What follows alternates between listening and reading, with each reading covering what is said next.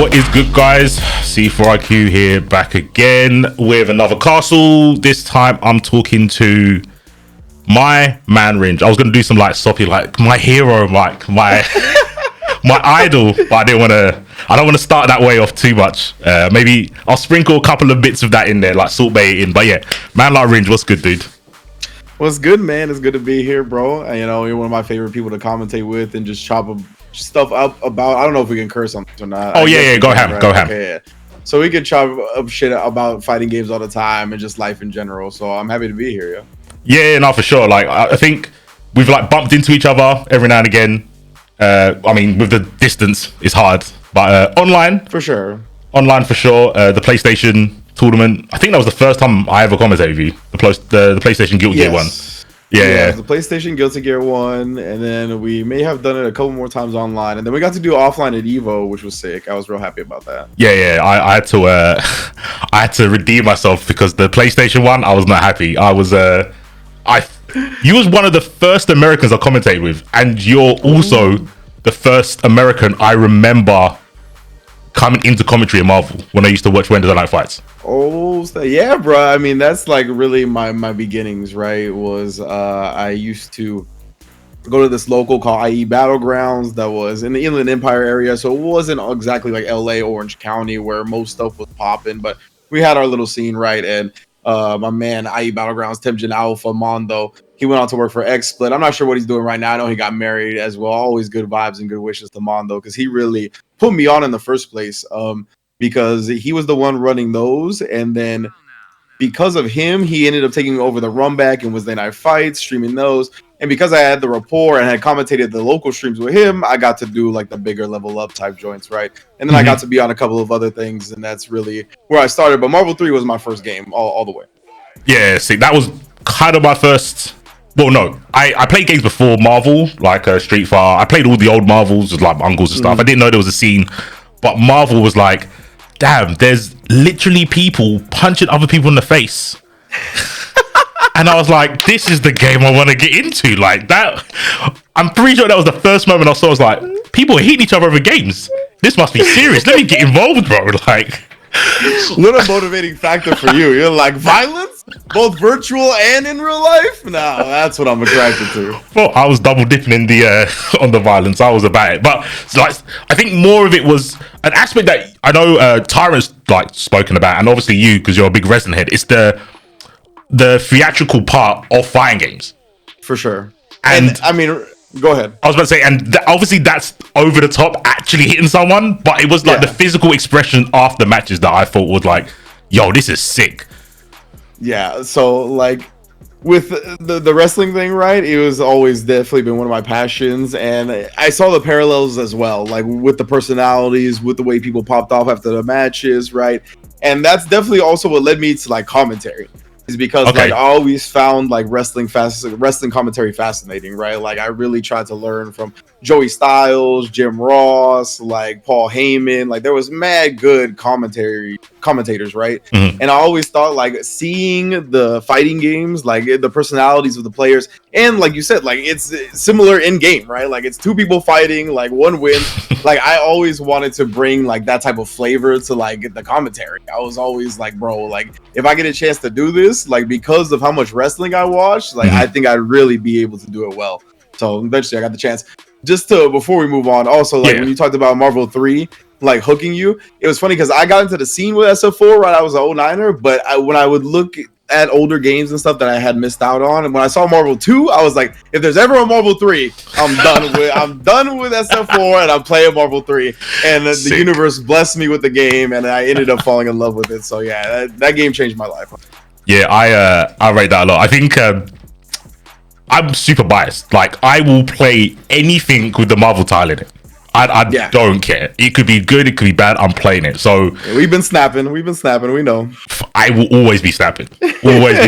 Like a game, not only Marvel, but technically based on one of my favorite characters. I have to play that game. Regardless. But yeah, like Marvel was definitely the reason I got into fighting games, because I was like, X-Men versus Street Fighter, who are these Street Fighter guys? They're wearing like onesies and shit. They're gonna get whacked up by my guys. What's this guy in a onesie gonna do against Iron Man? There's no shot. This is so unbalanced. I played it and I was like, oh, these Street Fighters they can hold their own. I'm impressed. So yeah, I got into Street Fighter 4 and then I like kind of done the retrospective, like, oh, let me look at this exactly Evo moment and Alpha and all that. And yeah, when I looked at 3, I was like, this is like the pinnacle, right? And then I saw Marvel 2 where people were putting mortgages on the line. I was like, yeah. You guys are, and then I learned the mechanics. I was like, bro, you block something in the air, yeah, and then you block another thing, you're unblockable, and you lost like grands. Crazy. Yeah, bro, it definitely a wild game. Like, it's so sick. That's one of the things I really like about Marvel, right? Because when I first got into Marvel 3, like the criticisms, like people hating on the game and the players of the game were always like, oh, it's all like setups and calling, like you hit them once, like there's no neutral, right? That's always why they don't got no neutral. I was like, bro, I have to have the best neutral. I'm gonna die. Like, what are you talking about? So, and I've seen that proven time and time again, honestly. Like, so many Marvel heads are good, like, across fighting games. So, I really just am grateful that a lot of my fighting game fundamentals were built on Marvel. Yeah, I mean, battle hardened. 100%. Yeah, like 100% battle hardened. Like you said, the neutral in that game is so pivotal because one mistake and that character's gone. That's it. Yeah. And not just the character, with certain teams, the game's done. If you lose neutral to Apology Man, you might as well just hit rematch. Yeah. Right? Like that's how it goes in that game. So it's like, no, bro. Like from 99 seconds, I'm playing for my life. Like, you don't know what it's like to play for your life till you got a pixel left and you got to guess, strike, or throw. You don't know what it's like to have that adrenaline, to have that pressure from get-go, from round start. I don't want to throw shade, but I look at some Guilty Gear players, I'm like, you guys have got burst. You actually don't know true pain.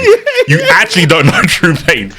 You don't know. Guilty Gear, that was like the game I kind of latched on to after Marvel 3. It was like Exert, right? So like, I agree. Like, it was a brutal game, but I was like, coming from where I come from, bro, this is a walk in the park. Like, this is sunshine and daisies. What do you mean? I can burst out of this. I literally did the exact same thing. Exod was my first one, and I was playing against Millions, and I was like, I don't mind this matchup. This is fun. Like, this thing's fun. And people were like, are you insane? Like, Cornered by Milia is like, it's one player game. It's like, no. Incoming on 0, that's one player gaming. Like, blocking a high-low over and over again, like you get 15 chances, I'll take that. 100% take that.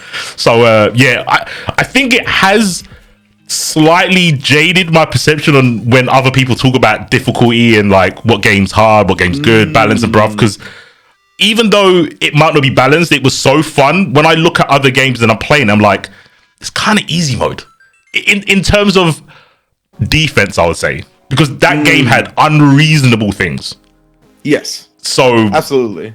Especially, it's funny because I think both of us, since we had our formative years in fighting games, kind of on Marvel 3, it's funny to play other games. So I like, since we did Marvel 3, I mean, we're both 10 years plus into the game at this point, right? We've played so many different fighting games that it really is funny to look back on Marvel 3 and be like, wow. Like, I knew it was brutal at the time, but like, it really is one of the most brutal games of all time, one of the most unforgiving games of all time. And I'm like, bro, I haven't played a game since that has felt that brutal and unforgiving. So yeah, definitely an all-timer. It is a classic. I'm so happy as an Evo. I think there's a lot of like, I can't find a word, there might be one, but I feel, even though we're like the fun game community, I feel the culture of Marvel never really went into Dragon Ball where I think a lot of people thought it would, because it's a 3v3. I think the essence of what made Marvel, the people around it, the energy, the vibes that you got, I can't think of a non-corny word, but if you were there, you know. Yeah, definitely. It was like you said, aura, vibe. Like, it really is just different with Marvel, and I'm not sure if it's because, I think it's definitely because some of the prominent personalities didn't latch on to Dragon Ball as hard. Like, obviously there was like Yipes in the beginning, right? And definitely some mainstays, Tasty Steve, myself, like we were in the scene pretty heavily at the beginning. But I think there wasn't as much like representation player wise, right? Like, we didn't get a lot of classic Marvel players playing the game.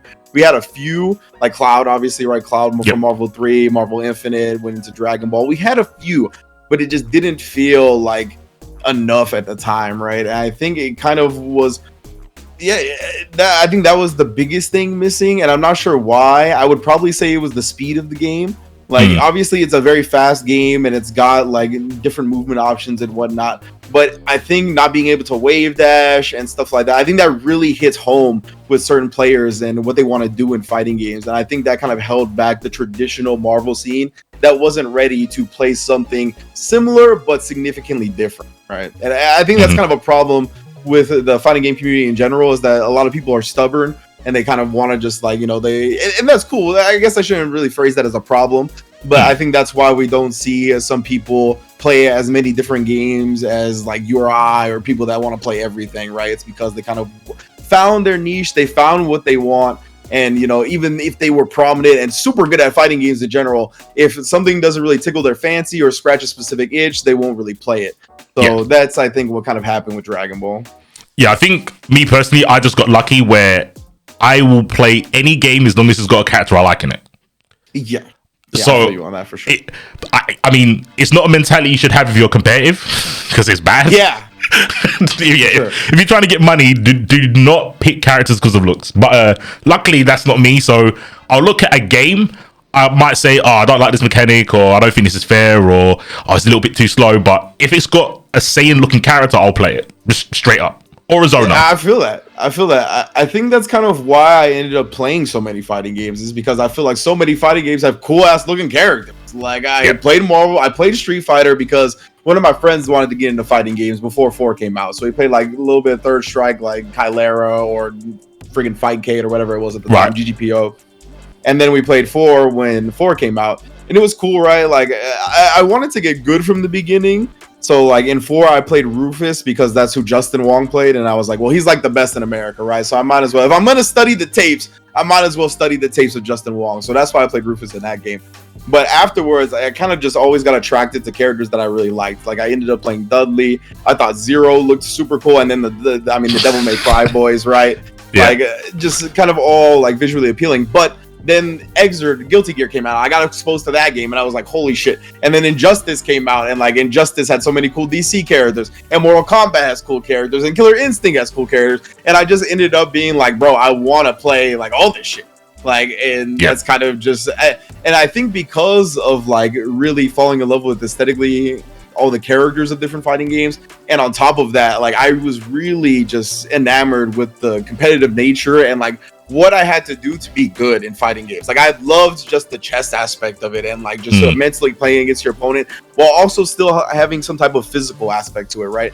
That's what I love about fighting games too, is that like I never wanted to get to a point where it's like games just reading our brain and our inputs, because the physicality of it, it's real, you know what I mean? The pressure, the missed inputs, all that is real. It brings the human aspect to it. So it just like, because of that and the different ways that fighting games kind of manipulated the main things concerning them, I just ended up falling in love with like everything. I think that's such a big point. I don't normally talk about it, but I do feel like the imperfection of like human error is what makes fighting games so cool.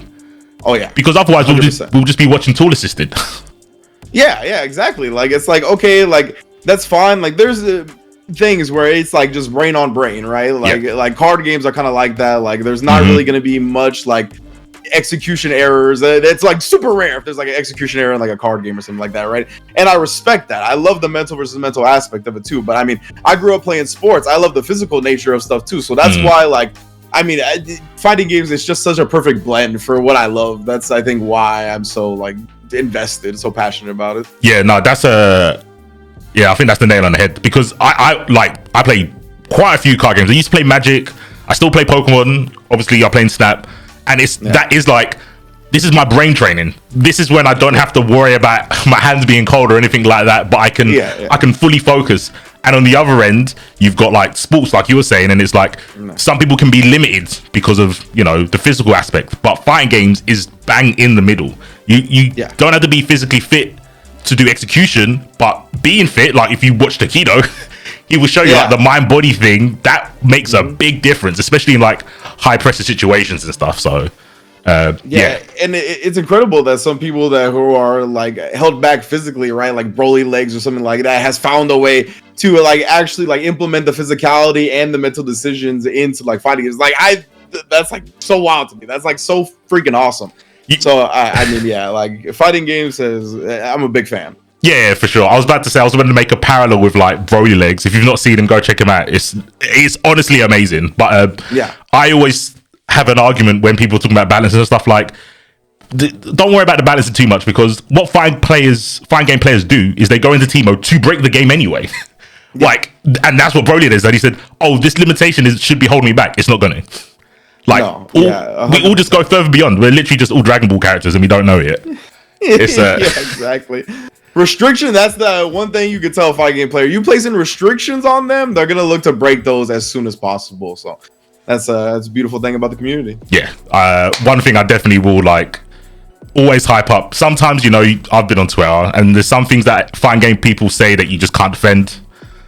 Sure. But their motivation and determination, that I'll be like, it's almost second to none, especially in a competitive aspect where it's 1v1.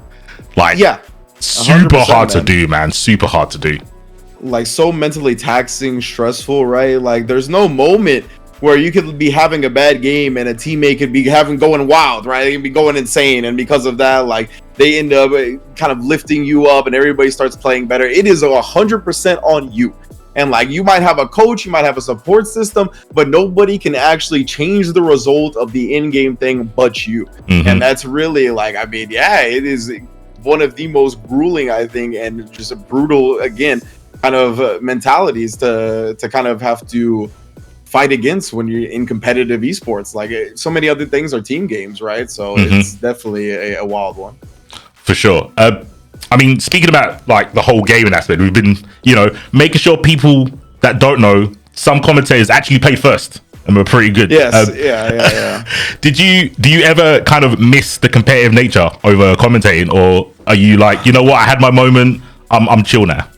So the funny thing about me is that I never really cared about competing. Like, I competed at first because it kind of felt like what I needed to do, like what one does when they're in the fighting game community, right? We enter tournaments and we see how it goes. And that's kind of where I was at the beginning when I was still trying to find my place and everything. But I never really cared about doing well in tournament. Once I was in the tournament, I wanted to win. Don't get me wrong, right? Like, I wanted to win. But I never really cared about doing that, like, all around. I was also like a college student at the time. I wasn't going to be able to go around the world and play at the CEOs and play at the game, the tournaments on the East Coast, right? So I only got a chance like at a big event a couple of times a year for like SCR, NCR, Evo, stuff like that. Right? So I kind of, my ambitions were a little dulled because of that on the competitive nature. But I always wanted to be good. And I always wanted to be good because I had friends that could go and compete at all those other things. They really did care about winning those tournaments more than I did. And I never wanted them to have their time wasted with practicing against me, right? And I think there is something to be said that, like, as a player, when you reach a certain level or you reach an understanding about fighting games, almost no practice is wasted, regardless of the skill level between you and your opponent, right? But, like, not everybody's there and not everybody has that mindset. And it's like, I just wanted to be someone that people had to play hard against, that would make them better, right? So even when I wasn't concerned with like entering tournaments and competing like that, and I still did, even after I stopped, I always wanted to be better. Like, I always wanted to be good. It was never about the result. It was about being good. So like, I could play against the people that I wanted to play against, and it wasn't a wash. I respect that. I feel that's a very common commentator trope, I feel. Yeah, I definitely feel like that's kind of, especially like people that have settled down, right? That may have competed heavily at one point. Like, they're definitely not trying to let their skills slip because I think they want to play against like the top players and other people, and just know, because like, also when you really dedicate yourself to learning about a fighting game and trying to get good, like, you understand how hard it is and how much you have to know to get to a certain level. And because of that, like, and one of the things you realize in doing so is that you really don't know what you don't know until you experience it yourself. You know what I mean? Like, so like when you're commentating and you want to bring that to people and you want to bring those nuances or those decisions or whatever have you that are going to not really get picked up by people on the shallow end, you have to be in the deep end yourself, or you had to have been at one point to really bring that up and show people like, look, this is why this is sick. And that's why I always thought that's the juice when it comes to commentary for me, is that like, that's why I always wanted to know the games. is because like you aren't gonna really be able to get across what a player just did, like how dope it was, unless you know the game. And like when you do know the game, that's when you can like bring it out. And that's what I think a huge skill in commentary is like bringing out something that's in the deep end and being able to kind of put it in layman's term for the people in the shallow end and realize how sick that was in a way that they can still understand, even though they haven't invested or put as much time in as all of us. Yeah, and I think that's like super important, and it's something that I lack in because I got to a point where I enjoy team mode probably more than playing people online. Okay. Due to like connections and stuff, I never played ranked. Never. Yeah. Is every game? Oh, I guess multiverses because you're kind of like forced to. But every other game, I'll go casual queue. I'll look in Discord and I'll try and run sets because I don't really like doing the whole first to two. I feel like I'm not really absorbing too much in terms of knowledge I can use for commentating. So I like to run a set with someone. For sure. But there's definitely I've watched some of my videos back, and something like KOF where I've not played many people but I've done a lot of team mode compared to something like Xrd, it was like I can tell the difference between my commentating when it's hearsay and lived experience. When I've 100%. lived experience 100%. I can't say what the difference is in my commentating. It might be because I'm inflecting a lot more, so I'm like, oh, that looks hard to get out of because I don't know. But in Guilty Gear, when I see a Johnny doing stuff, I'm like, yeah, nah, that's BS, bro. Like, the only way you escape this Johnny is if Johnny messes up. If he doesn't mess up, you're getting clapped. Like, it definitely changes how I talk about the game, and I do need to play more of the games that I want to commentate because I think, well, the next question was about how you do research, but I feel for me, I've got to the point where I can just watch a lot of matches or certain players or a tournament and get a pretty good gist of it. And I think I'm at a level where I can translate that well enough in terms of maybe I'm not the most knowledgeable, but I know the right questions to ask my co-commentator. To get those good questions to like help the veterans or the new players that are coming into the game. What is there any like specific routine that you do in terms of commentating a newer game or a game that you're not, well versed in? Ooh, okay. So, man, like, I think that I've done so much commentary at this point that like my fundamentals are strong enough to carry me in places but like, what are those fundamentals, right? And I think they're kind of something that you already talked about a little bit with like the fact that I know the right questions to ask my co-commentator, right? So like if I'm in a position where I'm like the less experienced player, like I did a platform fighter for the side stream at Evo, right? So I wasn't really that experienced with the game or anything like that, right? And they put me with somebody that's like super knowledgeable about the game. So like even with it being a platform fighter, like I still know fighting games, bro. At the end of the day, I know what the fighting game looks like. I know what player decisions are going down. I know what they're thinking about. Right, it might not be as nuanced as a game I know well, but I also try to focus on the storytelling aspect of it, right? That's kind of something I try to do across all games, whether I know them well or not. So because of that, I kind of just lean more heavily towards that storytelling side and try to get across the human drama of it, right? Where it's like, bruh, like, this is that they gave me, luckily, shout outs to them, they gave me like backstories from the players, and that was I was kind of able to like build stories that way, right? And I really just try to concentrate on human drama to kind of make up for my lack of knowledge in certain things. And then like and you just kind of know how to ask the right questions because you've played fighting games so much that you're like, okay, this is what the situation is and what the drama and the juice of it is for the viewing audience. Yeah, no, that makes sense. Going along that, I think the moment where I saw you commentating Power Rangers, I was like, how does your brain work? Do you like do you just absorb information, or do you kind of like categorize it where like, oh, I've got to commentate Power Rangers in a week, let me do a week's worth of like Power Ranger research, and then after the tournament it will just drop out my head? It's definitely tough. It's definitely tough to keep it all in, for sure. Like when it's something like that, like I definitely have to like, okay, binge it for a little while, get my brain real refreshed and get like everything to the forefront of my mind, right? So that way I can know and be quick on my feet whilst commentating a game that I'm not as familiar with. So, and then after that event, if I'm like, all right, it's probably not going to be another Power Ranger event in a long time, then I just like empty head, right? I got to make space for other stuff. So yeah, I mean, you hit the nail when you pretty much just the in for when you need it, and as soon as you've used the information, it's kind of out. Okay, cool. Yeah, cool. I can't keep it all in the head at one time. That's not the type of human I am. I wish. Yeah, I mean, it's hard because I feel, especially with fighting games, sometimes it's an element of like that you can't.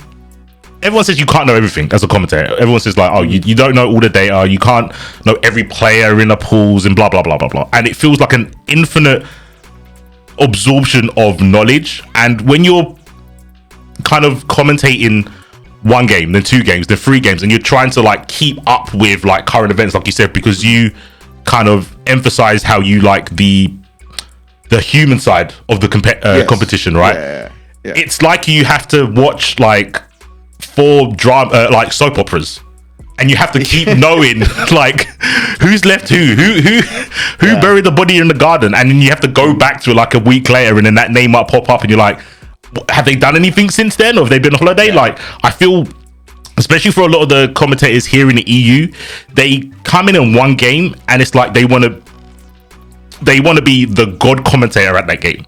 Ah, okay. Yeah, and I'm not in the position to say like, I don't know if that's a good idea.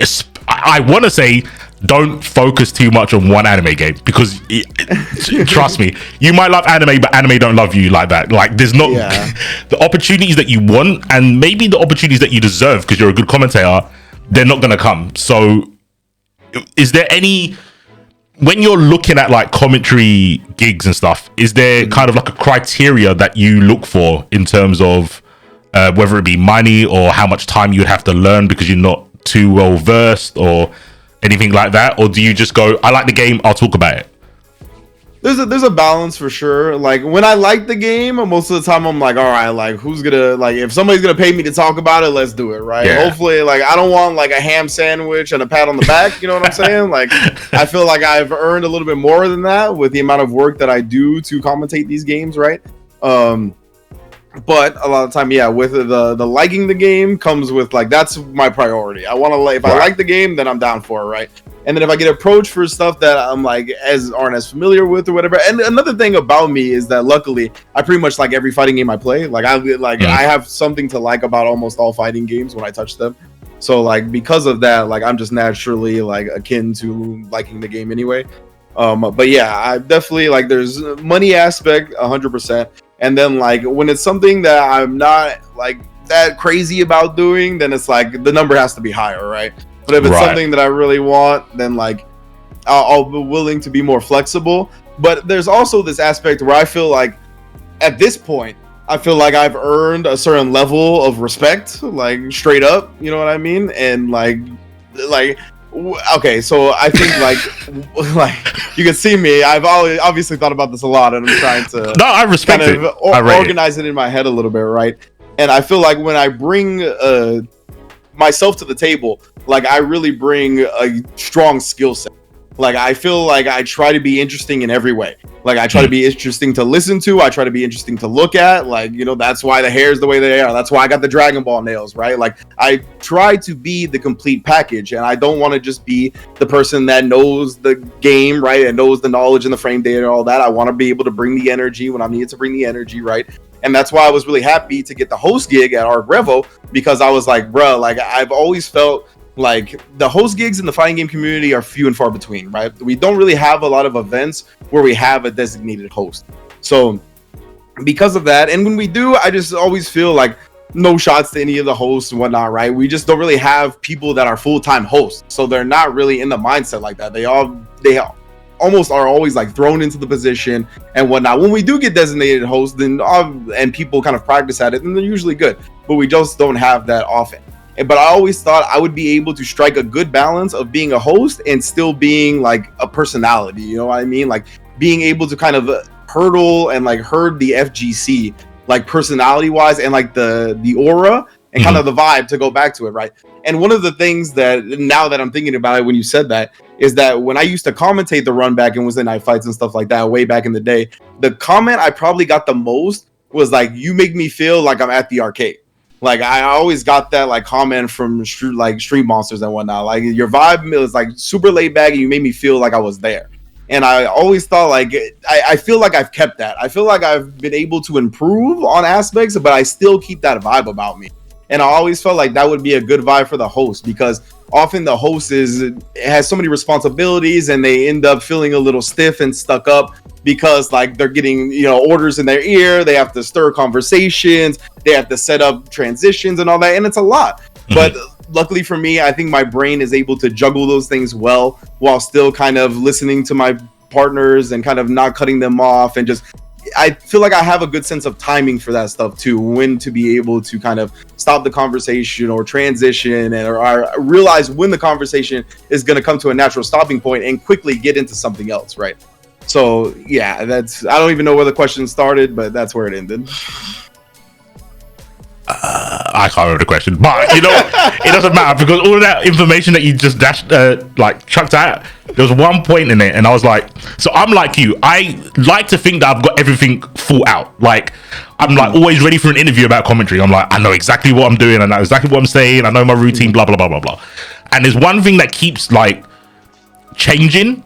When I first started commentating, it was out of ego, because I was like, these guys are talking about my Leo in Xrd, saying that I'm just guessing. I'm like, no, if I'm consistently guessing correctly, I'm doing something right. So yeah, I wanted to commentate to be like, you guys can't commentate me winning all the time well enough. You're doing me a disservice, so let me get on commentary. That's literally the reason I got on there. I love it.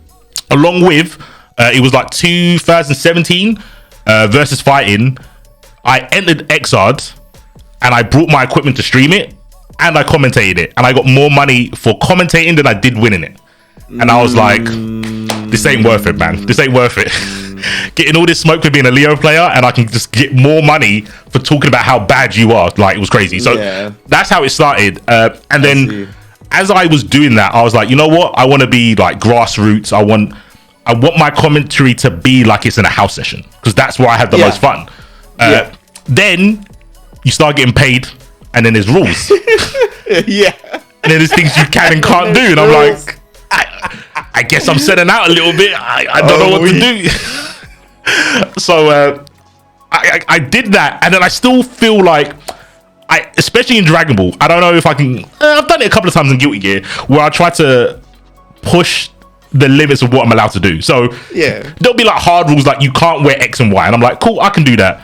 But can you stop me from saying 2 girls, 1 combo? I don't know if you can. I don't think you can. I don't know if you can. Can you stop someone? Shouts to Acoustic. Can you stop someone saying master with a hard ER? Like, I don't know. Oh yeah. How do you stop that? So can you stop me from mentioning low tier God on stream? I don't know if you can. So until they do, I'm always gonna try and bring that house session to like the big tournaments. And it was only like about 2 or 3 weeks ago, I was like, I think I know what I want to be as a commentator. I think it's a bit easy. I think it's a bit easy to talk about, I want to be analytical or the funny guy. Yeah, for sure. I want to be like the girl next door. I want to feel like I'm not esports enough that I'm not relatable. Do you know what I mean? Yes. I'm trying to keep the house session aesthetic, but I'm the person that everyone kind of likes and talks about because they feel relatable. I don't want to go too past that. So that's what you said about the house session. That clicked for me, because it's like, that's what I want to be able to do. Yeah, I totally get that, because I definitely feel like I tried to capture a similar aspect of where like I really want to be like, you're here with us, like you guys are part of this, right? This is these people, just because we're on camera or whatever, just because we're at this tournament, like we're not different, right? Like this is all one click, and that we're chilling together to watch. So that's definitely something that I keep in mind. I think it definitely has held me back in some ways.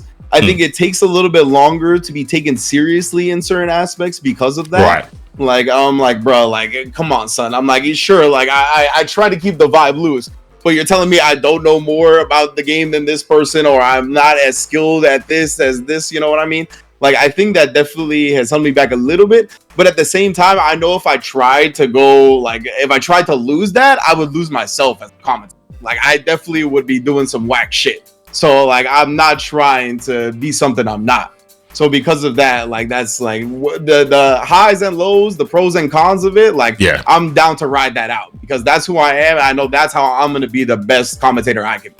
Yeah, for sure. Like whenever I, sit in front of a camera, put the fucking glasses on, put the beads on, whatever, and I'm like, I'm in commentary mode, but I don't want to lose the fact that I'm a stream monster with a mic.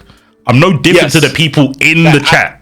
I tell people that all the time. I'm like, bro, I started as a stream monster. That's where I started, bro. I started watching streams. That's still who I am, right? So yeah, I'm with you on that 100%. I definitely want to keep. I want to keep it, not because I feel like I owe them something, but I feel that is what is the most fun part about it. But saying that, I did kind of warn you that these questions are going to get more poignant. Why am I not good enough to do what you're doing? Like, so I'll tell you my answer. I don't want to paint your answer. I don't want to frame your one, but my answer is I don't live in California. Yeah, so that's okay. But I don't want to discredit anyone that is blessed with the location. So can you give me more information so I'm not just like, in the corner at night going, bro, motherfucker, this guy just lives in the right place, bro. And I'm fuming. I'm like, why am I in this stupid location where I can't get to nowhere? So I know there's other things, but the frustration in me doesn't let my brain think about other good reasons. For sure. The blessed spawn is a big factor, straight up. Like, and that is a hard-hitting question. It's a question that I've gotten from a few commentators, right? Where it's like, bruh, how do I get in these bigger opportunities, these bigger spots, whatnot? It's hard, man. It is a brutal game that we play, and it's a brutal life to live. And a lot of the time, like in your case, I think skill-wise, I think you're amazing, right? Like straight up. And there's a few commentators that have like come to me and like I've been like, skill-wise, bro, like I can't give you much, right? Like I'll give you something here and there that you could work on for commentary that I think this is why. Like a commentator recently asked me like, why do you think my commentary for this game is better than my commentary for this game, right? For X game is better than the commentary for Y game. And I was like, well, for these reasons, right? This is why I really like your commentary for this game. And I feel like Y game is missing some of that, right? Like, so that's kind of like what I can do from game to game. But like skill wise, I thought he was a great commentator. So I'm like, I can't really tell you much regarding that. Honestly, when it comes to getting opportunities, like it's a grind, number one, right? Like you have to do as many like gigs as possible. A lot of the time is going to be for peanuts. It's going to be for bullshit. It's going to be for exposure. That's how it starts. Like if you don't have like a big social media following or some type of established thing that you're already big in, it's going to start at peanuts. That's just how it be. Like straight up. But like after that, you'll start like, hopefully right people will taking notice. You'll start meeting people. You'll start networking. And I mean, a lot of it is, man, like it's networking and spawn location. As fucked up as it is, as like straight up, bro. I mean, you're my boy and you're asking me this question. Like to keep it a buck, a lot of the time it's, are you big somewhere? Like social media wise or Twitch or YouTube, whatever. Are you big somewhere? Are you blessed with the location spawn? And then what was the other thing I said? I don't even remember. Oh, networking. Who do you know? Right? Like those are really the things, right? And I think that's why, like this one commentator also asked me, like, oh, why do you think I didn't get this gig, right? Like a specific gig. And I was like, bro, you lost because of seniority. Like everybody that got hired for this event has been commentating this game longer than you, that has been commentating in general longer than you. And I'm like, you're a great commentator, bro, but like these people are established, you know what I'm saying? And like because of that, like that's just how the cookie crumbles. It's fucked up. But if you want to skip the line, you got to be doing something big somewhere, right? Like that's just how it is. Or you got to catch fire. Like it's messed up, but that's how it is. Like I feel like we've all, like, remember, like I told you, I got put on because I went to a local and he ended up getting put on by Level Up. So then I got put on by him, who got put on by Level Up, right? Like, and I always wanted to be good because that's really the combination, right? Is that if you're not good, and when you get those opportunities, you're not going to get called again, right? Yeah. That's how it goes, right? So like you have to be ready when those opportunities come about. But I mean, yeah, man, I mean, it's heartbreaking. I think a lot of the time what commentators don't realize as well is if you're not going to hire an agent, you have to be your own agent. Like if you really want to start getting stuff out there, like for real, like if you're frustrated with what you're doing and you're not getting enough gigs and whatnot, you have to literally go and be your own agent. You have to put together a deck. You have to go and pitch yourself like for real. You can't just email in a commentary application. You got to pitch yourself for real. Here's what I bring to the table. I'll be talking about your tournament beforehand. This is what I'm going to do at the tournament. This is what I'll do after the tournament. Like you really have to go hard, and you can't just rely on a commentary reel and like the things you've done to get you to that point when you're really trying to break through. Like you have to go hard. And I think people like just aren't really ready for that either. Like, right? Like I got into this for commentary. Why do I have to be an agent and have to get into everybody's emails and DMs and grind and fucking, you know, but that is the life. That's just how it be. And it's fucked up, but that's like the reality of the situation. So I think a lot of people either don't realize that or are like, that's not what I signed up for and don't want to do it. But again, like if you're trying to take it to the next level, I think that's something that's really important. That last point, I've seen it in real time. Like I've seen I love talking about this game, and then they get hit with a show reel and a call to arms, and they're like, what? Yeah. This is like not talking about the game. You want me to say these words, like, and then they'll do it, and then afterwards you can see in their face that this isn't what I signed up for. Like this is the when I know on my stream where I run tournaments, but I let other people commentate on it, and I keep forgetting to do it, and I should start doing it more. But I'll be like, when I'm talking to you and the stream can't hear me, don't look up. Don't make it obvious that I'm talking to you, stuff like that. I'm like, sure. I know you have to listen to me and the co-commentator, but not let anyone else know. And there's all these like little trinkets of like things that aren't really told to you when you're coming up. Like I remember when I first done like a big event with Damascus, and Damascus like, put the wire behind you. Don't let the wire hang downwards. What side to put the headphones on? I'm like, bro, man, I just want to play games again. I want to go back to competing. This is long. Like, take my money, let me enter, and then call me up when I got to play. I'm so glad you brought that up, right? Because there's definitely, I think that's definitely the aspect of the aspect of commentary that people that don't realize that like it's hard, right? Like I've talked to certain players and whatnot, and they're like, I can commentate, right? And then I talk to them again after they do it, and they're like, bruh, Hotashi's one of them.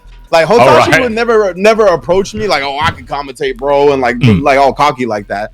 But he commentated once, I think for Series E, and then afterwards he hit me up and was like, bro, he was like, I gained so much respect for y'all. He was like, this commentary shit is hard.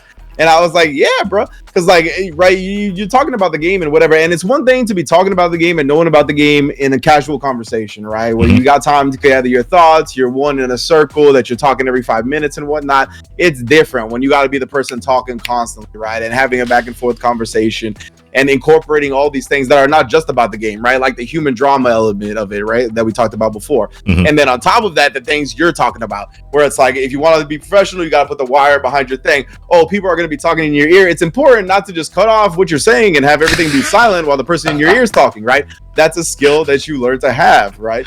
And then, like you mentioned, the ad reads, the whatever the fuck it is, right? Like that's something like from the beginning, I always tried to make fun, which is also why I thought I was kind of suited for a host role, is because like from the beginning with the ad reads, I always wanted to make them fun. I wanted to have energy. I wanted to segue into them in a cool way. Like I never wanted them to just be like, all right, so so Chili's has 20%. You know what I'm saying? Like I never wanted to do that because I feel like the most important thing I tell commentators is to have fun, because I was like, if you're having fun, it's going to be easier for the people watching to have fun.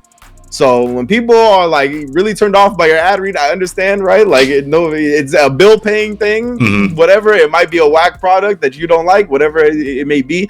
But like you're there to pay to do your job and like just bring the energy so people have fun at the very least, right? Yeah. So that was something I definitely always focused on as well. But there's so many little things with commentary that like you don't really realize until you're doing them yourself, right? And like the ability to kind of like have a back and forth while talking over each other. Like after the Arc Revo thing, right? Like I got to work with Sajam, Tasty Steve, and James Chen, right? All professionals, all play people that I've known for 10 plus years at this point, right?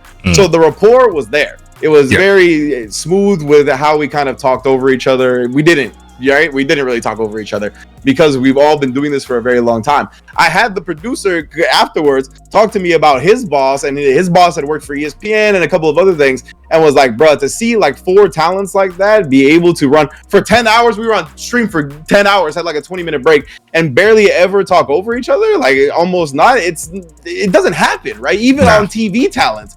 So like, and that's something I talked about Tasty Steve with. Like Tasty Steve's been on TV, right? They did the E-League thing, and the people that worked that recorded that were very impressed with all of them, right? Like our top tier talent in the fighting game community is, I mean, it's up there with anybody, whether they're on TV, whether it's esports or whatever. Like we're up there, son. So like I think like the people that have been doing it for a very long time and have those little things down, and like can still kind of like bring our flavor. I think that's what makes us so good. I agree. Obviously, I'm not just saying that because I'm also in fighting games doing commentary, but I think the fact that most of us, like you said, the top tier ones, they can keep the aesthetic of fighting games in their commentary. And I watch other stuff. I watch like Pokemon and stuff, and it really does feel like either they're told, do not bring your personality, leave it at the door and do this job, or it's kind of like a culture thing where people are too scared to step out of like the mold that they're meant to be in, because they all sound, I'm not taking shots, but a lot of esports commentators have the same inflection. They've got different accents, but the way they talk all seems to be the same. And and that's why I love Dota so much too, is because I think the personalities in Dota all are themselves, and are like kind of like not really concerned with like certain like the typical broadcaster, right? Like I see it in so many other esports too, is that like the typical broadcaster, it sounds like you went to broadcasting school, which in some ways it's great, right? Like you're able to pronunciate at a loud and clear, you know, volume and whatnot, and you sound crisp as fuck, but like you also sound like 40 other people that I've heard. So it's like one of those things where I'm like, I get it, but I feel like, oh man, I don't know. I honestly don't know if the suits are kind of leaning away from that or not. But I think a lot of people are getting good enough at the stuff that those suits want while still being a personality that it's kind of finally, I think, starting to get less homogenized in esports. But yeah, I'm with you. Like so many others are just like, bruh, like I'm never gonna remember who you are because like I don't want to, because you sound like everybody else that has commentated this game. Like to keep it a buck, like I respect it. I think I'm gonna do a little bit of like, it won't get too dark, but I want to basically talk about if you do or did have like imposter syndrome. Okay. In terms of like commentating, but so with me, I never had it. In terms of commentary, and I think it's because I just didn't know at the time. I have that girl next door mentality. I actually, when I used to VOD review like about a couple of months ago last year, I'll be like, man, I need to cut out every single I say on commentary. There's no need for me to do it. That's just me being lazy. I can just be quiet. I can think about it more. And then I was like, you know what? I want to be more human. Sometimes I want to fumble my words. Not like as on purpose, but I feel the fear of fumbling makes you fumble more. For sure. Yeah. For sure. So I'm like, you know what? I said something wrong. Not like a swear word, but I misspoke, or I said, oh, it was 8 frames when it was 4. Sometimes I'll, take a shortcut and go, chat, fact check me. Is it 4 frames? Yeah. Stuff like that. Was you going to say something? Sorry, my bad. No. Go ahead, keep going. So... yeah, I've always had that in the back of mind, but I don't know if that stopped the complex in my head of like, oh, do I deserve to be here? I think I'm quite a nihilist. So when it comes to people talking about, oh, know your worth and your value, you're talking to the wrong guy. Like that's, I'm in the bargain bucket. Because what I bring, I feel is good, but because it's not aimed for everyone, I'm like, well, the price shouldn't be that high, because I'm only aiming to entertain people like Jammers, Theory, the guys that I've come up playing games with. So it's like, if they find it funny, and shout out to Skill's mum, because that was the only person who said, oh, your commentary was good. And I was like, damn, I must be good. I got Skill's mum to rate my commentary when she was clearly watching for her son, but she still rated me. And I was like, yeah, Skill, Theory, Jammers, as long as you three like my commentary, I'm happy. So I never really had that like, should I be here? Even when I was commentating with like yourself or James Chen, people were like, "Oh my god, you're commentating with like these big American people," and I'm like, "Yeah, but I assume they still piss standing up like I do." Yeah, exactly. It's like, yeah, they're definitely a big profile to me, and a few of the things that hold me back, which you speaking about earlier, is stuff like networking. I hate networking. Yeah, same. I remember you actually saying this, and I think you said I it don't like like after parties. Yeah, I don't like any of that shit. That Evo didn't see me. No one saw me. If I wasn't commentating, no one saw me. Yeah, bro. Like I'm the same way. Like I do not like that shit, but it's tough because it's a true part of life.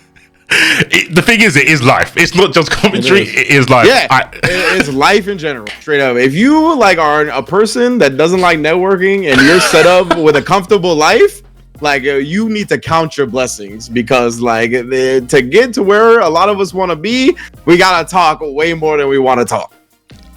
This year I'm gonna try. I'm super gonna try, because before I would go out of my way not to talk to people, man. Like it's pretty bad, and it's more because I don't, especially when it comes to networking, it feels like it's a one-way, like it's kind of like you're begging it or you're asking, but you have to go the long way around it. So you have to make small talk. The small talk bit I hate. I would rather just go up to someone and go, "I want to do your event," or someone to come up to me and say, "I want you to do my event." I don't want you to ask about my date, because I know you don't care, and that's okay. Yeah. You know, so okay. But let me cut you off right there for a second. Go. Because I feel you on that. Like I'm the same way, where it's like, but that's like, it's kind of our mentality. That's not everybody's mentality. Like, you know what I mean? Like, I'm definitely with you on that. Where it's like a lot of the time, I don't give a fuck about your day. Like, I'm sorry. I like you as a person. I think you're cool. I don't give a fuck about what you did today. I really don't. Right. And so because of that, like, I'm with you where I'm like, bro, I'd rather just be like, hey, this event, like, this is what I think I can bring to the table. Let's get it cracking. You know what I'm saying?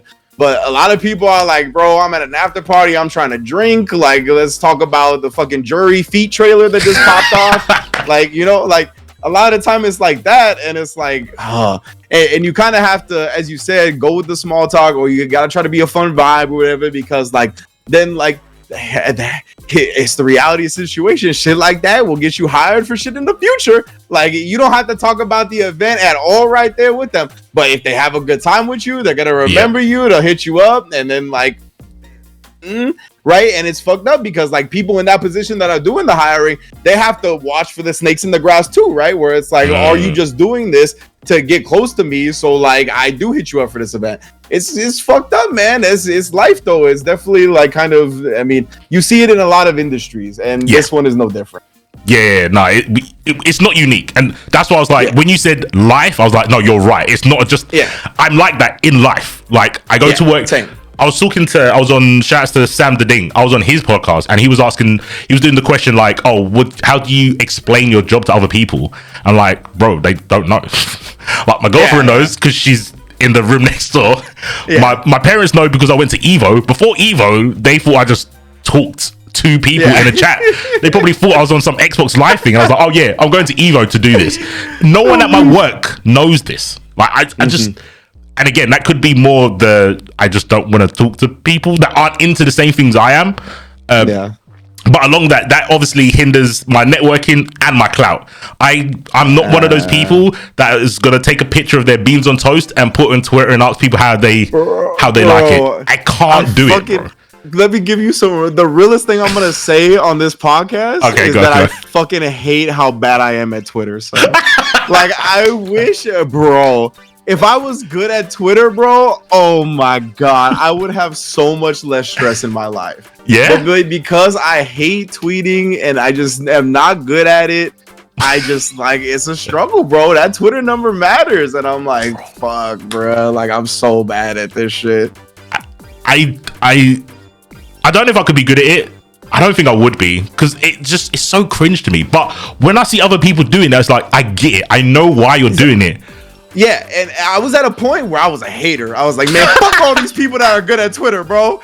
Like, damn, son, right? But when, in my efforts to try to figure out how to be good at it, I came to the conclusion myself that I'm like, that's a skill to be good at that shit, and I need to respect it, because like I'm struggling. And like, so if you're good at it, like obviously there's some type of aspect on it. Like some people are sure just naturally like blah blah blah, and it's just fucking whatever. But like a lot of people work at it, and a lot of people succeed at working at it. So I give them props. It's something that I'm extremely bad at. It's don't worry, you're no worse than me. I can't unless someone's asks me a question. I feel tweeting is just cringe. Like who asked? When I used to put go on. No, I was just gonna say, because like we just talked about the small talk shit, right? Like Twitter is me telling you some small talk shit without anybody asking. So I feel mad stupid. Like I feel mad stupid just tweeting. It feels gross. Like I can just about tweet tech out because I'm like, sure. There's gonna be a Leo player that sees this, or there's gonna be a Vegeta player that sees it. So I'm not just going, please listen to me, please. Like, anything else. If it weren't for like you and Logan and like RMZ on my Twitter, I would feel cringe about posting stuff about Marvel. See, it's wild, right? Like, yeah, bro, like all the time, like pretty much every wrestling thing, I always hesitate before tweeting it, right? Like, because I'm like, most of these motherfuckers are not following me for this wrestling shit, right? But like, I try to be better about that and just say fuck it and like do what I'm gonna do and see what happens. But that's really the strat I've come to, like, right? Because like I can't figure it out. I don't know. I'm not good at this shit. I think the best shot I got is me just saying fuck it and tweeting whatever I want. That's like about it. Tweeting whatever I want without getting me in trouble for gigs. I'll put the little asterisk. Yeah, I might have to try and do that because like I was saying, these are the things I know that hold me back, like the networking, trying to get the Twitter numbers up. And I have conversations with there's someone called Globku from the EU. Yeah, and I said to him, you're higher up in the hierarchy than me. It doesn't, because we were talking about earlier about the skill and like, yeah, exactly. And he was like, no. He was doing the whole humble thing. I'm not about it. Fuck that shit. Just look. I look at your numbers and I look at mine. Even at a like fundamental level, a TO is gonna go, well, C4 will bring 2,000 followers. You're gonna bring 20,000 followers. As long as you don't swear on the mic, you're better than me at commentating for that event. Yeah, exactly right. It's hard to get that across. But for me, the reason I don't have the imposter syndrome is because it's like, I commentate Evo with the most wacky showreel, no networking, no like knowing anyone high up. I never talked to like Chris Seg until I got there. And I was like, I got here for my own merit. It might have been lucky, but I didn't need to do all that stuff that I don't like doing. So I never had that. But for you, did you have any of those like moments where you're like, I don't deserve to be here, or they made a mistake or anything like that? So yeah, I'm glad you brought it back to the imposter syndrome, because I was like, oh yeah, that's what we originally started. No, to be honest, not really, because like it's been a grind, bro. Like, you know what I'm saying? Like it's been a grind for me. Like I started locals that like only a handful of people watched. I got to do like the TRB, the WNF, but like it was always a gradual thing for me. I never really got shot to the top or anything like that. Like I started the weeklies, right? The only real tournaments, majors that I commentated were like SCR, NCR, because like I was known in the California scene, right? Like I was established there playing and commentating. So that's what I did. And then because of like the people in SoCal and NorCal having control of Evo when the production wise, I got to do Evo. So that was like a big thing, right? But when I did my first Evo, I never really felt that imposter syndrome, because I got into commentary. I'm pretty sure I've told David and James this multiple times, but I got into commentary because the only SoCal commentators we had for Marvel were David and James, and they were doing a lot of Street Fighter at the time, right? So I was like, they just didn't have, the time, resources to kind of spend the energy to bring it on Marvel as much as they did Street Fighter. So because of that, I was like, yo, like there's mad stuff, mad nuances and decisions to go back to conversation we had before about how you really have to live and experience it to get it across well on commentary. I felt like I had been cracking out on Marvel 3 so much, and I wanted to do commentary, that I would have brought like a lot of these things that they just weren't highlighting. Like the one thing I'll never forget is Apology Man. Apology Man came up to me and was like, bro, he was like, you were like the first Marvel 3 commentator that I listened to that would correctly identify when people missed the push block, and that's why they got hit. Like you remember in Marvel 3, like when you would go to push block and you would end up swinging with a normal, and like you were trying to push block and you got hit because of it. He was like, you were like the first commentator I listened to correctly identify shit like that. And that's like why I wanted to get into commentary. So when he told me that, I was very validated, because I was like, that's the whole reason that I'm into this shit, is because I wanted to highlight stuff like that. When I got into commentary, I wanted to commentate for the players. That's who I still do. The players are my number one priority. I want players to listen to my commentary and be like, that was fire. That's always been my number one priority. So it's grown, and I feel like I've learned to be able to take those things, because I think a lot of the time, since the players are the ones so invested in it, if you could really get them to enjoy it, then like that's like the person that cares the most, right? That's like honestly the person that cares the most about the game. So I always try to identify what they wanted, and I tried to kind of build that in a way that I could bring it to the masses. That's kind of always been my like ethos when it comes to commentary, and kind of where I try to fundamentally build myself from. So because of that, that's kind of where I was at. And the imposter syndrome thing, like, because I was doing that well, I really never felt it like that. And then man, it just always was a grind. It was still a grind after that. Like and also because I've always been like super confident in my skills. Like I guess I shouldn't say that, because there's definitely been moments where I'm like I don't feel like but it's always in a way that I measure to myself. You know what I'm saying? Like, I never try to compare my performance to anybody else's. So like there was times where I lacked confidence and like had some self-doubt, but it never felt like imposter syndrome to me. It was always like I'm in a funk and I can't get to where I need to be. It's not like I shouldn't be here. I never really had that. Like, because I felt like I was always coming from the right place when it came to commentary, and I always thought my skills, like when I performed how I felt I should perform, were good. So because of that, I never really felt the imposter syndrome stuff much. Okay, so you kind of like dodged it like I did, sort of. You knew your value because of, like you said, like the validation you got from like Apology Man. So you was like, So another thing to add on to the validation as well is that I always was fortunate enough, like, so the players, right, because I got like the validation from the Apology Man, and I would ask players, and the players would usually give me good feedback. On top of that, I was lucky enough, because of the spawn or whatever have you, I was able to commentate with very strong commentators and get their feedback, right? And like when like somebody like a Tasty Steve or a Yipes or whoever tells me that they like my commentary, I'm like, everybody else can suck my dick. Like, you know what I'm saying? Like, what? You think I give you what's your opinion, bro? Like, these guys, like these legends, these people that I like look up to, just told me that my commentary is fire. Like, actually suck my dick, you know, like like that. So that's always something that I try so I don't really have much doubt or confidence issues right now, thankfully. But when I did, which was not that long ago, I would always try to remind myself of that. There were certain things, there were certain moments in my life that happened that I would try to remind myself of that. Like one time, like Yipes, I'm sure won't have a problem with me talking about this. Me and Yipes were DMing, and he was like, yo, it was after an event. He was like, yo, I think you're the best Guilty Gear Strive commentator. Like, he told me that. So like going forward, I was like, if I ever had doubts, suck my dick. Yipes called me the best Strive commentator, right? And like for the New Japan gig I did at CEO, like afterwards, I always remember this moment too. Like after the thing was over, like that's a bucket list thing for me, right? We talked about how much I love wrestling. That was a bucket list thing for me. I got to commentate a main event before the best wrestlers in the world. I was losing my fucking mind. So afterwards, I go up to Kenny, because Kenny was in the main event, and obviously Kenny was a big part of organizing the whole thing.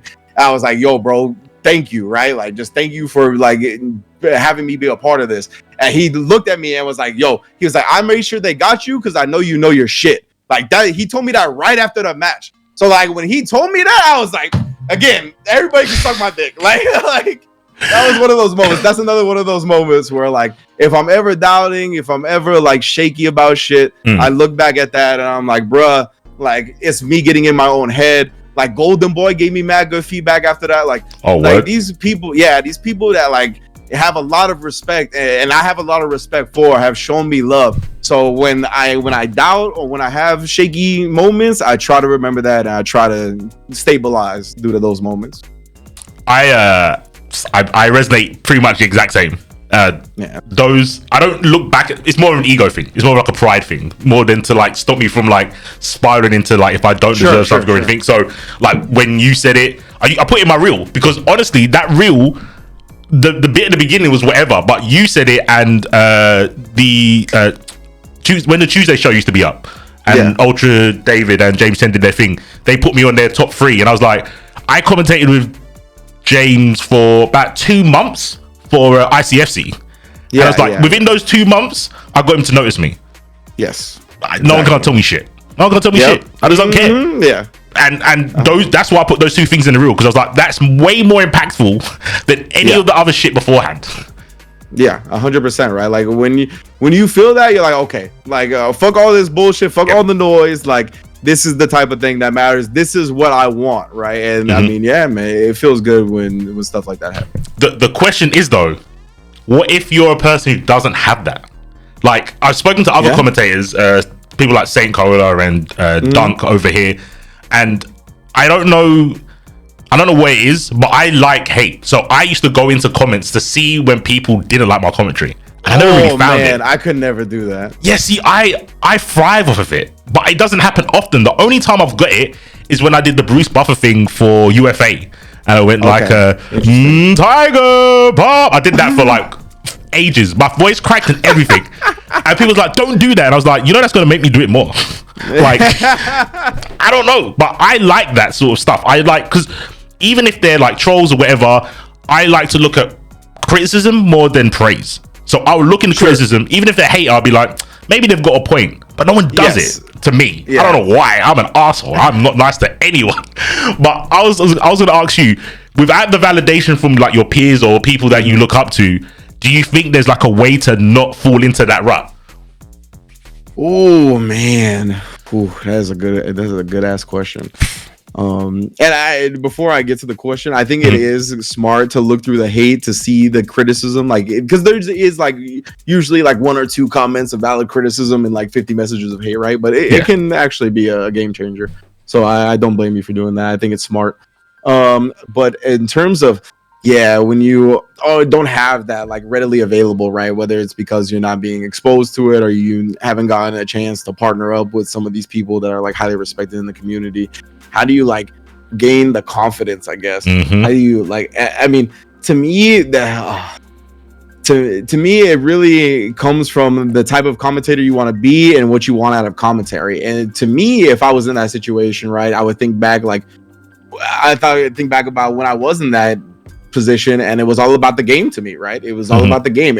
I really wanted to do the game justice. And the game, there's no sentient being for the game, right? There's no being to tell you that your commentary was sick or that it's whack when it comes to the game. The game has no opinion. So really, you have to kind of form your own and like hold yourself accountable and be like, okay, like, what do I want to do that is really will bring justice to this game and its community, right? And that's what I wanted to do to fill the void of like the Marvel 3 SoCal commentary. Like I told you, like I just think they were getting into the juice enough when it came to the players' decisions.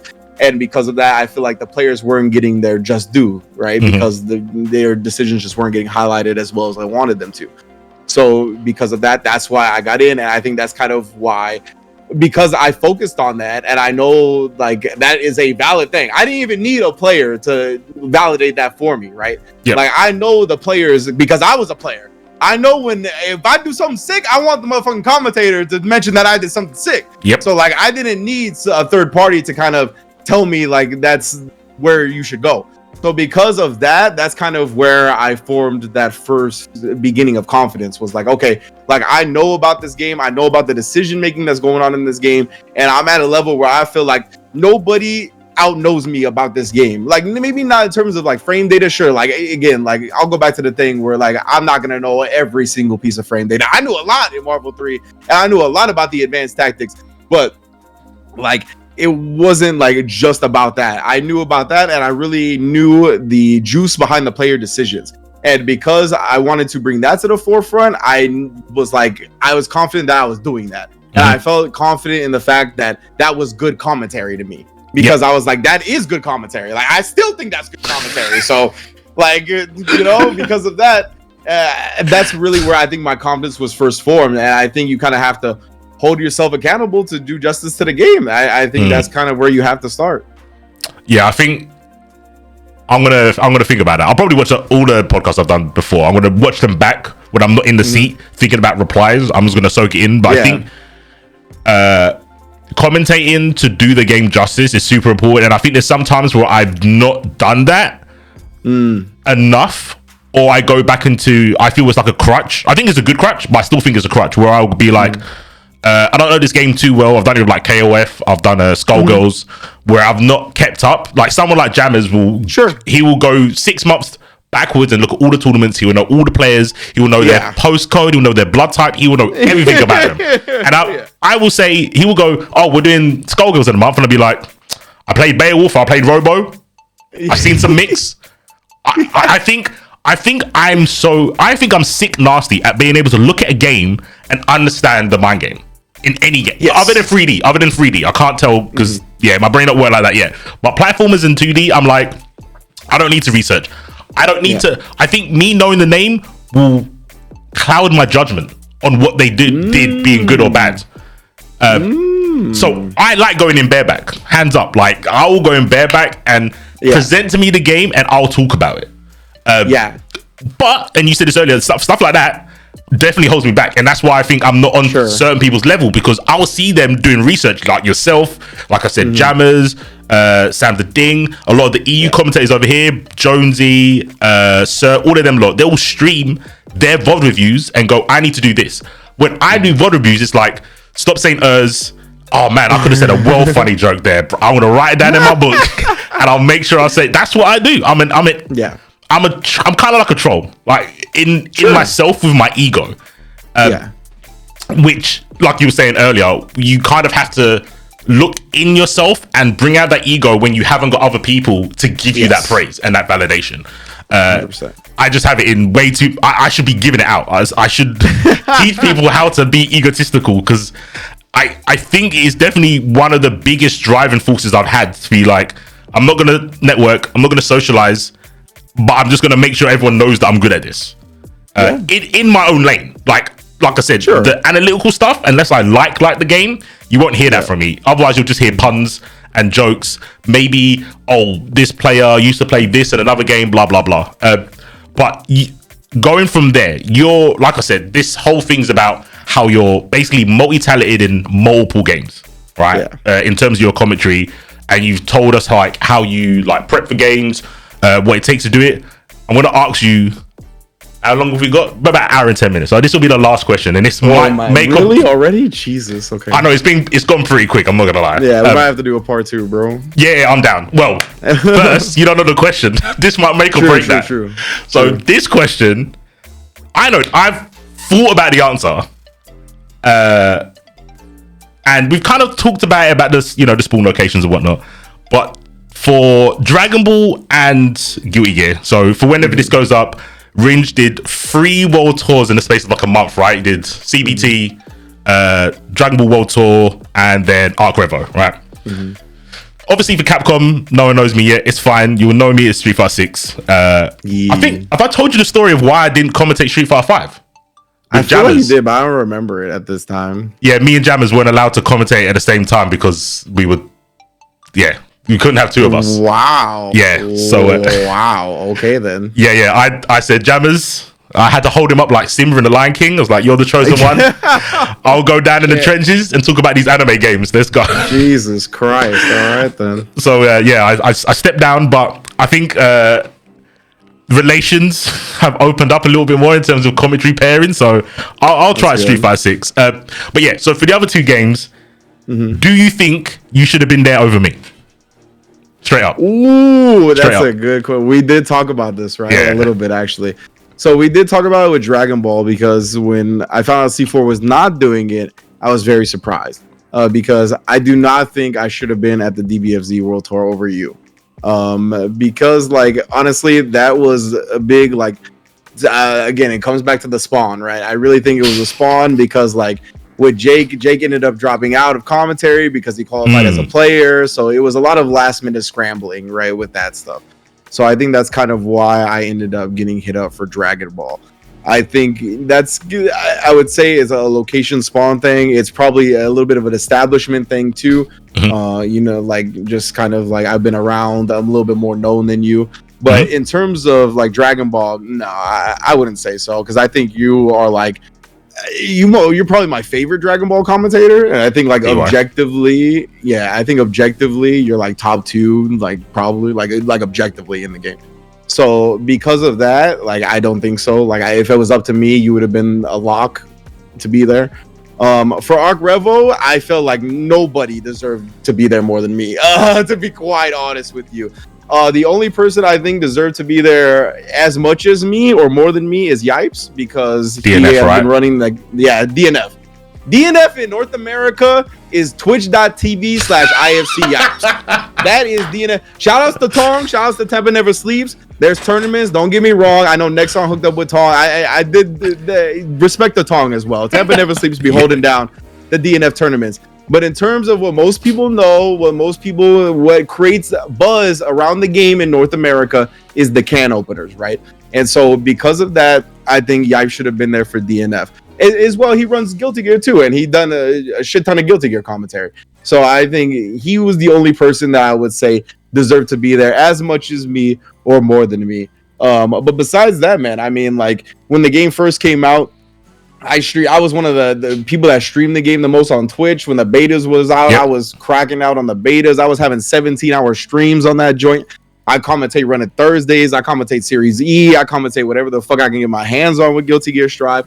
And and I've done the work too. Like, I mean, when people see the notes that I posted for invitationals or like these tournaments where I can actually study like a smaller pool of players, like I'm sitting there, like doing entire work days just on my laptop, like looking over player habits, decision making, like trying to figure out, and not even just like the players' decisions, trying to figure out how to put certain things into layman's terms to help better get to the mass audience. Trying to think of funny things to put in the commentary as well. Trying to think of ways to refer to moves or decisions in shorter ways to more effectively commentate them. Like I'm thinking about the whole aspect of it, right? And I really treat commentary with a craft. And so when it's like my main game, I mean, I always feel like I'm the most deserving person to be there. So that's as far as that. The amount of work I put into Strive. And I put in a decent amount of work into DNF, definitely not that much. I did get the deity with Enchantress, which should mean something, goddammit. With that character, 100%. You know what I'm saying? But besides that, like with Strive, I was like, bro, like, yeah, you bet I was going to be real upset.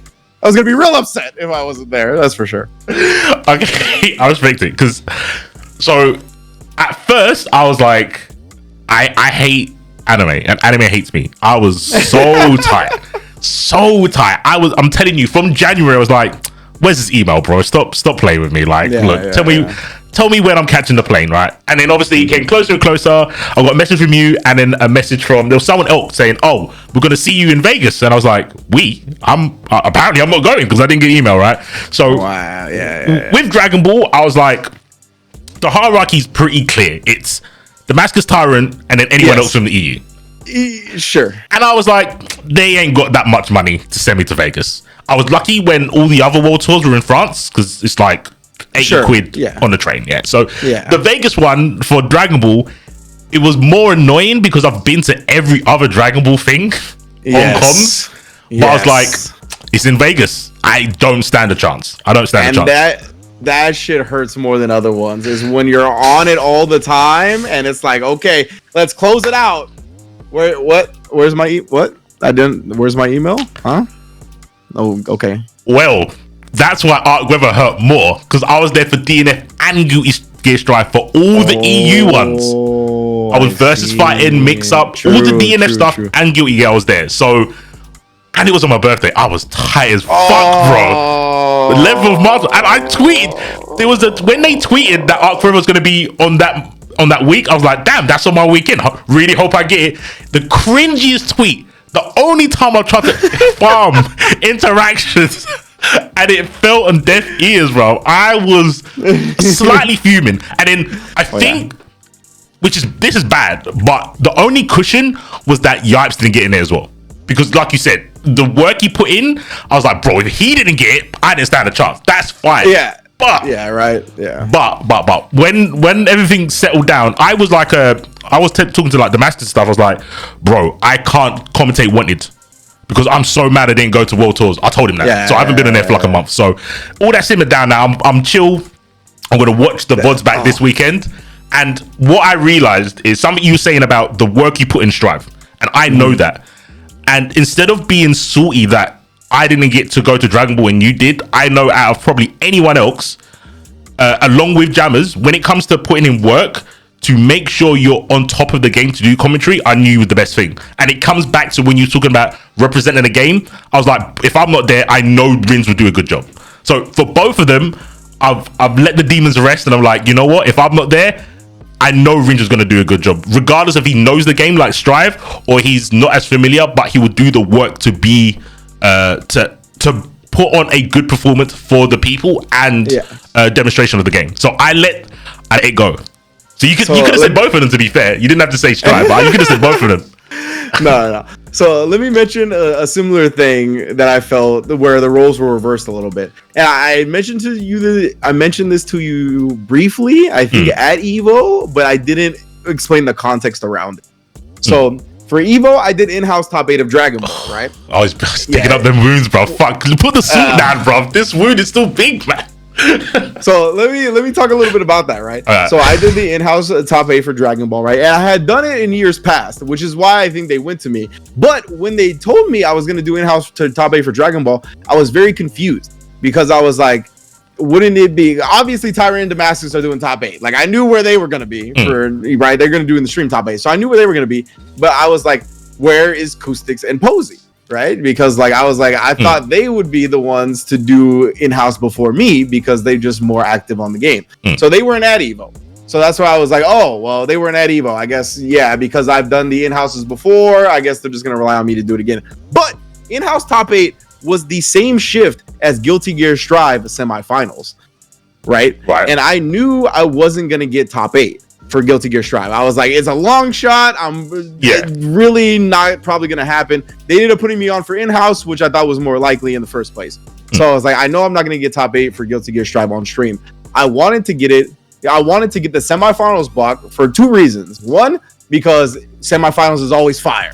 Always fire for Guilty Gear Strive at a big tournament. So I wanted to get it for that. For 2, to go back to what we talked about before, I suck at Twitter and the Twitter numbers matter. So I was like, the semifinals is a good block in terms of exposure.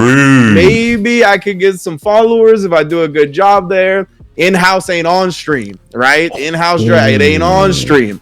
So I was a little tight about that. I was like, bro, this is my chance to get some traction with the social media game, to get on a big like exposure block for Strive. And they were like, nah, we need you on Dragon Ball. So I was a little salty about that. And I was like, man, and I was like, if they put some Buster on this semifinals block, I'm going to be even more mad. And then I saw you come and sit down, and I was like, thank fucking Christ. Like, that's literally the only time I felt better about not getting that block was when I saw that you were on the block. No bullshit. Swear to God. That was the first time I felt better about not getting that block, was because I saw you sit down, and I was like, all right, I can go through Dragon Ball top 8, and I don't have to feel that bad. Damn, I wish you would have told me that when you did the in-house, bro, because I was mad at the in-house thing. I mean, it was a bit different because it was more that, obviously, I tried to talk to Chris, didn't happen, which is understandable. Sure. He's running one of the biggest tournaments in the world. He was walking out of the room, and I was like, oh, can I give you an elevator pitch? He was like, oh yeah, make it quick. And I was like, shit, I'm actually gonna have to tell him something. I was like, so you know, we've got like 4 people from the EU in top 8 and no people in EU and in-house. He went, nope. I was like, say less. Just walked away. And then remember when you gave me the mic and I panicked. So I was like, bro, don't. That's why I was that makes way more sense. Also, why you looked like you just saw a fucking ghost when I tried to get you to talk on the mic, bro. I was baffled. I think that might have been the only time I've been like speechless. So I was like, oh yeah, is he in on like this? That before, or bro? My mind was frazzled. I was like, does he know that I shouldn't be doing this? Is Rynge giving me the go ahead? Are we doing this? Yeah. So that's something that, like, I don't know if I should be doing it as much as I do, but I definitely have been around long enough now where I take carte blanche with certain things. I'm like, you guys know I'm not gonna fuck up the broadcast. Like, let me just do what I'm gonna do, right? So, and luckily, I think that the powers that be do have that faith in me that I'm like, I'm not gonna fuck up the broadcast. I'm not gonna go off the rails. So, like, yeah, I've earned that carte blanche a little bit to kind of have a little bit more freedom than most. But that's just another thing that comes with the experience, because as you said, right, it all starts with like you get to a certain level and all of a sudden the restrictions come down. There's rules and like you can't do certain things and whatnot, and like, you know, and that you kind of do have to play by them a little bit. And not only because you're new and like these people are like trying to get to know you, but also because like you need that experience yourself to know how to tip that line without it being like bad, without pissing people off, or without it being cringe and stuff like that. No, for sure. You know what? Wait, real quick, I should have added context. You gave me the mic because you needed to have a drink. He wasn't giving me the mic to do anything. Because when you did do it, I saw you put on mute and I saw you like point at the bottle of water. So I was like, oh, he just wants to drink. But a little bit of me went, bro, I want to pick up the mic and go, somebody's getting fucked. But obviously, the only reason I didn't, because obviously I was feeling tired at the time. The only reason I didn't is because it's like, bro, Rynge will never get a job again if I do this. Yeah, bro. And that's why I had the faith in you, because I was like, he would have just fucking ruined my shit like this. Like, but you know when you have those like doomer moments when you're like, man, if I just jump off this cliff, what will happen? Like, it was one of those moments. Devil on your shoulder, like, just do it, bro.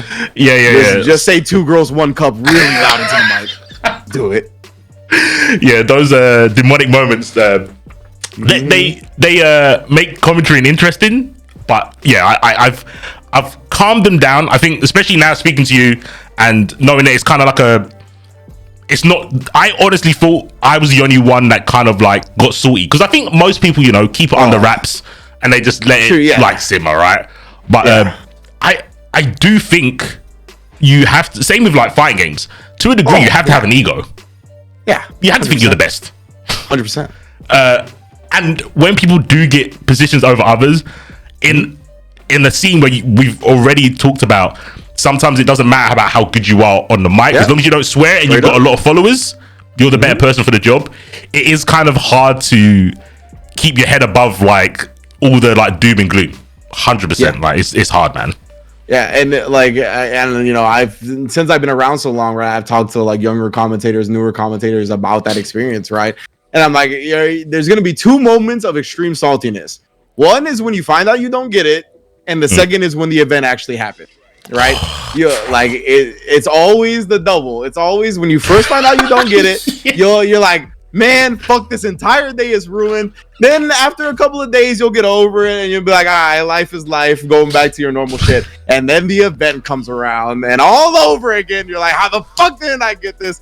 And then again, after a couple more days, you'll feel better. But like, yeah, that is the cycle, and it's a brutal one. But yeah, it'd be like that. I hate how you described my last like 2 months, bro. It's literally like that. It is like that, right? It's like when you don't get it, and then you're fine, and then the event happens, and it's all downhill again. Yeah, it's the 1-2 punch. It's definitely a 1-2 punch. It's super annoying, but you know, to a degree, you can say suffering from success. To even be in the contention of those positions, you must be doing something right. Indeed, and that's what I try to focus on, right? Is that, like, you know, can't get everything, you know, it's good to be considered. It just sometimes it's not enough, but you know, you got to get over it. Yeah, I mean, yeah, I guess so. I try and end the nice note. Like, it's just reality. It's just reality. Yeah, I was gonna say I use that as motivation to you have to. Yeah. I mean, to give you like, what was it? We really need to. I know you need to wrap this up and whatnot. Yeah. But yeah, I completely agree with you. Like, when I didn't get the wrestling gig the next year as CEO, right, when it was like AEW or whatever, I was so sad. And like, that's when I first hit the gym. Like, I first hit the gym because of that. And I was like, bro, I was like, being fat is holding me back. Like, I was like, everything, bro. I was like, I need to do whatever I possibly can to get into these positions. And I mean, that's part of what I told you before. Like, I try to look interesting. I try to sound interesting. Like I try to be the complete package. And that was a part of the real beginning of it, was like, bro, it's not just like the skills, it's a cosmetic business too. And like, yeah, it's crazy. It's crazy. The type of sadness I've been through for not getting certain gigs. I'm kind of glad you're not in the EU, bro. Because I don't want you as I don't want you as competition, bro. It's long because you basically talk about all the things I try to do using the book and stuff. On comms. Similar for sure. Yeah, the visual. I feel like most commentators don't use the visual aspect of commentating. Yeah, they don't. It's like 40%. That's why I've got books. I've always got glasses. I've always got these anal beads around my neck. Like, you visually need to be memorable as well. Yeah. Especially when you got a voice that sounds like Tyrant. Like, I need that. Yeah. Oh boy. Yeah. That's a good point, right? Like, for sure, man. And I totally agree. That's part of the hair. That's part of the nails. That's part of why I wore the chains on CBT last year. Like, you gotta be interesting, and that's why I try to dress cool. Like, is that you gotta be memorable in every way. If you really want to be like that complete package, and like you're like, if you want to feel justified when you're like, why the fuck aren't I getting hired for everything? Then you gotta bring it in every way. I know for me, I'm still there in terms of. I can't disseminate if it's I'm scared to fail or I'm actually too busy because I've got a kid, I've got a mortgage, I've got all that stuff. Yeah, for sure. So when I don't go hard into commentary, I'm like, well, that's the real reason. But I can't. The outcome's the same as if someone who was scared to fail. Yeah. So I'm always going like, am I not tweeting this out because I'm scared I'm not going to the farm and I'm going to get no likes? Yeah. Or is it because I'm too busy? Let's be real with myself. Yeah. It's hard. It's a battle, but I think it's a good battle to keep having because I'll have those days where I'm like, fuck it. There's nothing I can't lose. It's a win or a naught. Like, I can't go minus. It's not gonna hurt me unless I tweet some wild, crazy stuff, right? Yeah, exactly. Yeah, so I think that is maybe something that people can use, like you were saying, the motivation to go to the gym. Like, that's a W in life. Like, and like that's the thing, bro, is that like sometimes you really feel like I don't know what I can work on skill wise, right? Like, I really don't know. Right. And we usually can always work on something. Right. But like at that moment, I was like, bro, I don't know what to work on skill wise. I'll go to the gym, I guess. Like, you know, because it's all part of it. So sometimes when you feel like you're stumped on that, maybe do something different with the rest of your shit, you know, whether it be your looks or, you know, maybe you come to an aspect of trying to be a different type of commentator. Right. I really started as a person that really wanted to know the game, but I wanted to complete myself. So that's why I have more energy now. And like, I've had so many people come up to me and be like, yo, you are like, your commentator is way better now. And I'm like, yo, like part of me is like, fuck off, right? Like, it's like, I feel like my old commentary was dope. But like, I get that a lot of people, when they don't, like, that's not what they latch onto for commentary, right? They latch on to the energy. They latch on to certain different things that I do now. And like, I see like how I could use those things to make them see what I wanted them to see in the first place. And that's what I think the power is in becoming a complete commentator. It's not just because like you can like satisfy more people. You're never going to satisfy everybody. And I think like aiming for that is like just, it's a cliche that aiming for that is like a route to failure, but it's a cliche for a reason. Like that, I think is like, you can't do it. So like I try to use like those parts that other people latch on to bring like the stuff that I really think is the juice to them and be like, look, like, do you see how cool this is? Because I'm delivering it in a way that you like actually want. Yeah. And then they're like, oh yeah, that is cool. And I'm like, all right, cool. Like, like got him. Like, yeah, exactly. Like, like I don't know why I had to say it like this for you to think it's cool, but whatever. You know what I'm saying? Like, I know.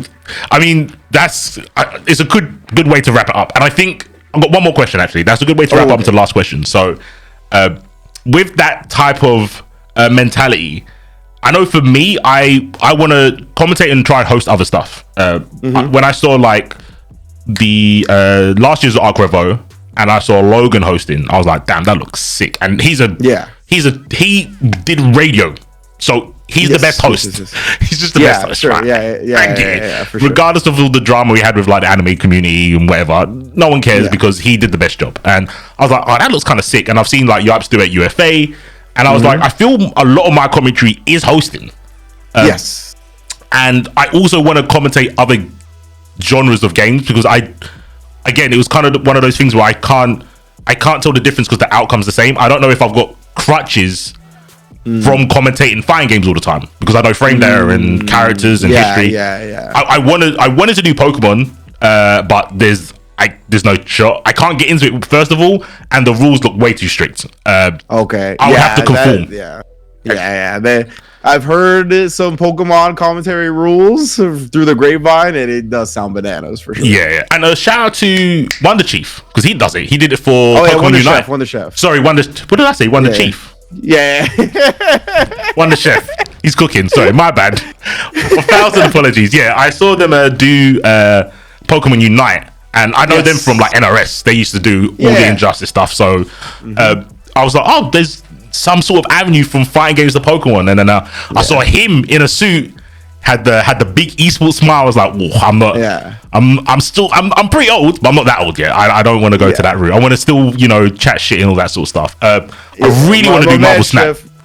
My man Chef brings it, but like you said, like on those big broadcasts, he kind of has to conform a bit, and it's like, damn, son. But like on those shits, you got to. But then get back to what you were saying. Like I said, like you said, I've seen him do NRS games, so I know. Yeah, exactly. I know his cap. I know that there's the stars when you're in like handicap and like third strike and stuff. Yeah, they put them in 2 stars. They definitely put them in 2 stars. But yeah, I really want to do Marvel Snap. Like, I don't want. Obviously, because it's Marvel as well, but I want to see how flexible my commentary is, because going from a fighting game to a card game, I'm sure it's going to be crazy. Yeah, mega different. It's like I did Multiverses a couple of weeks ago. It was the hardest and easiest, because there's 2 characters. There's 4 characters, and it's a team-based game with perks. Yeah. There's no blocking. Yeah. There's DIs, like the direction influence and all that. So I was like, this is going to be the hardest thing to commentate with someone, because I'm going to say, you see that hemisphere on the screen, only talk about if player 1's in there. If they're not in there, let me talk, and all that sort of stuff. But when I came away from it, was like, damn, if I couldn't gas up the fact that Bugs Bunny threw a pie in Arya Stark's face, I'm not cut out for this. It's 100%. Like, and that's kind of where you have to be, especially with certain games, right? You kind of have to identify like what's gonna be like fun commentary for this game, right?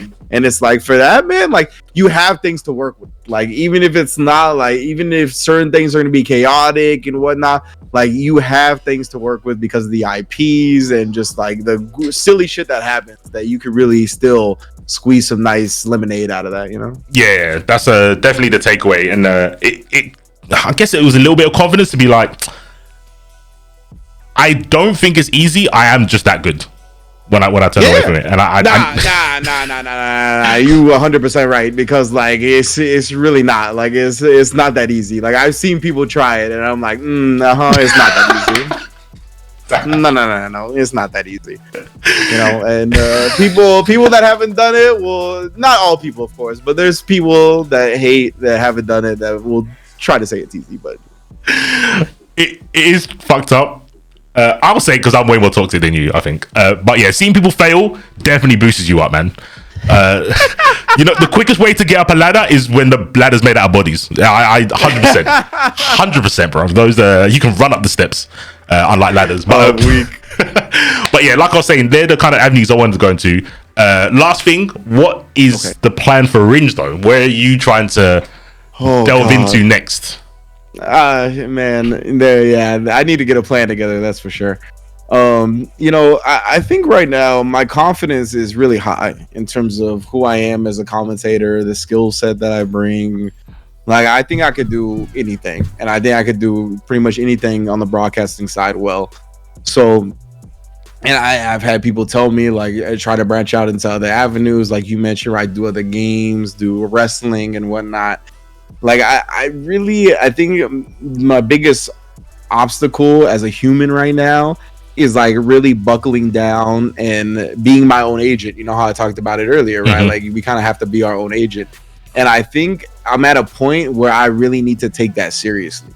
And I need to like approach certain, like, most of the people in the fighting game community that are the powers that be in terms of tournaments know me, and I have rapport with them. So I don't necessarily have to do that with them as hard. I can still do it a little bit, but like, if I really want to get like these wrestling gigs going, if I want to branch out into another esport, if I want to do stuff like that, I really have to get a pitch together and be like, look, bro, like this is who I am. I'm incredibly skilled at this, right? And again, it's going to be a little tough because, like I said, I don't got like a giant number to point to that I'll be like, look, I can bring this and be like, you know what I mean? So I kind of have to figure out how I'm going to go about it without that, or figure out a way to start being on a road to getting that. That's really where I'm at right now. You know, it's nice. I'll have the consistent gigs here and there, hopefully, you know, that I still get picked up on for like the NA weeklies and whatnot. But yeah, man, it's just trying to keep commentating the games I love, keep doing what I love. And I mean, I really treat this commentary thing as a craft, man, and I really try to do everything I can to be good in all aspects of it, and I try not to settle. I try not to be complacent. I try to keep getting better and better. And the thing is that like we talked about, it's not always about the skill aspect of it, right? And it's hard to figure out the other aspects of it in terms of what I want to do. Like there's things that I want to do, but like for the community, but I don't have the capital to do it, right? Like I would like to put on certain events in certain ways that I think would really be cool for the community, but it's hard to get into those positions to do those things.